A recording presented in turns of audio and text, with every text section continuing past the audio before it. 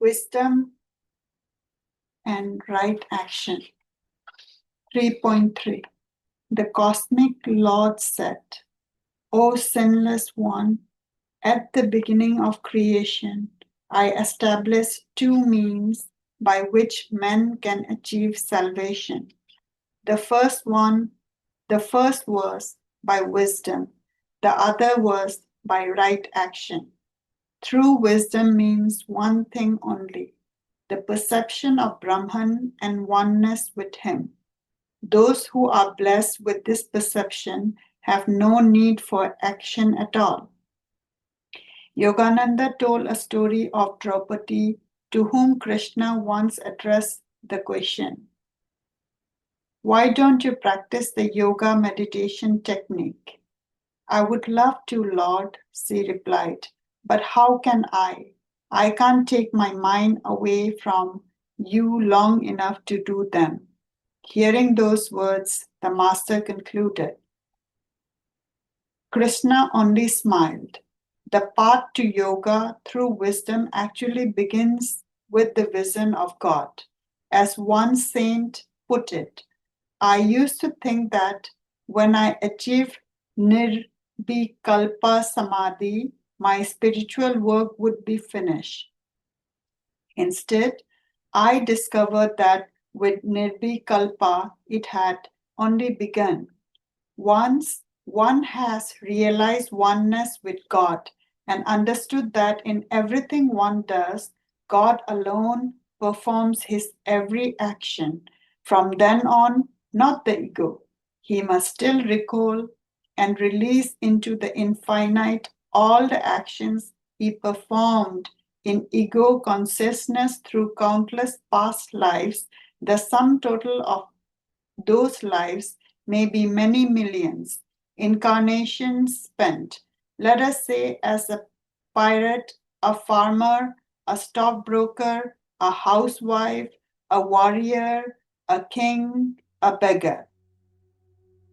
The task of releasing the ego motivation behind billions of past deeds may seem overwhelming, comparable to turning each molecule in a bar of metal in a north-south direction to create a bar magnet. As we saw pages ago, considering that example and relating it to the magnetizing of the spine for spiritual unfoldment, two elements in the task of inward release are infinitely more important than turning each molecule individually north and south or other, releasing one by one into the infinite. All the deeds one ever committed in past lives. Paramhansa Yogananda said that deeply meditating yogi during even one meditation can release the deeds performed in delusion of an entire lifetime. The yogi sweeps the light of superconsciousness, so to speak, over the entire panorama of that incarnation, beholding God as the one who acted in all of them, even his misdeeds. Thus, the yogi doesn't have to view each deed. Rather, he sees the sweep of energy as it moves throughout that incarnation. God, it is in reality who acts even when the parts he plays are those of villains. Satan himself is, when the whole tale is told, an instrument of God. As my guru puts it, the villain is needed in a play to make you love the hero, and villainy is one's own past is needed over many incarnations to bring one to the point where he realizes that doing harms to others never succeeded in bringing him happiness, nor was there any real fulfillment for him until he had learned to offer up his ego into a more expanded peace and harmony. Okay, let me repeat this part again. The villain is needed in a play to make you love the hero, and villainy is one's own past is needed over many incarnations to bring one to the point where he realizes that doing harm to others never succeeded in bringing him happiness, nor was there any real fulfillment for him until he had learned to offer up his ego into a more expanded peace and harmony. The Jivan Mukta, freed while living, having been released forever from ego consciousness, must recall all those lives where he lived in ego consciousness and must see himself as never having been anything but an individual manifestation of the Lord himself. This part of wisdom leads to the highest self, Kaivalya Moksha, complete liberation. I once asked my guru, how long does one remain a Jivan Mukta before he achieves full liberation? In that state, he replied, you don't care. Indeed, there is no you to care. You may use your need to clear your karma of the past as an excuse to come back and help others, or you may say simply, I am free and be free in God forever. At this point, a brother disciple of mine, as I mentioned in conversations with Yogananda, said, but if I myself said I'm free, I wouldn't be free, would I? Oh, yes, the Guru replied. But the thing is, you answered your own question. You said I wouldn't be. He then told a story, also quoted earlier, about the man who tried to rid himself of a demon by chanting a Vedic incantation over a handful of powder and then casting it on the demon. The demon mocked him, saying, before you could even say your incantation, I myself got into the powder. Yogananda then explained, the very mind in which you affirm freedom is already infected with the disease of delusion. That is why you must first reach the high state of consciousness. Only then can your affirmation of freedom be effective. At that stage, it is no longer the I that says I am free. Of the saints described in Autobiography of a Yogi, a very few have attained full liberation. I spent several days with one such Paramukta, so my Guru described him, though he had not included him in his autobiography. I said to this saint, with all that you have attained, why have you so few disciples? God has done what he wants to do with this body, was his simple reply. In that state, there is no I to care one way or another about anything. The goal has been reached. Intellectuals may consider it their nature to incline towards the path of wisdom. It takes more than intellect, however, to enter even the lower samadhi state of Sabhikalpa, as my guru stated in the chapter Experience in Cosmic Consciousness in Autobiography of a Yogi. The experience can never be given through one's mere intellect, willingness, or open-mindedness. Only adequate enlargement by yoga practice and devotional bhakti can prepare the mind to absorb the liberating shock of omnipresence. Yogananda's great mystical poem Samadhi, which will be quoted in full later on in this book during the discussion of Arjuna's divine vision, omitted in later edition by an inexplicable editorial emendation. A number of important lines. Among the omitted lines was the following: by deeper, longer, thirsty, guru-given meditation come this celestial samadhi. Salvation comes as needed, does every manifestation of creation through an instrument of God and not directly from spirit. In this case, the divine instrument is the Guru. Thus, for practical needs, Krishna tells the devotee to follow the path of yoga, as he declares later on in the Gita, Arjuna, be thou a yogi.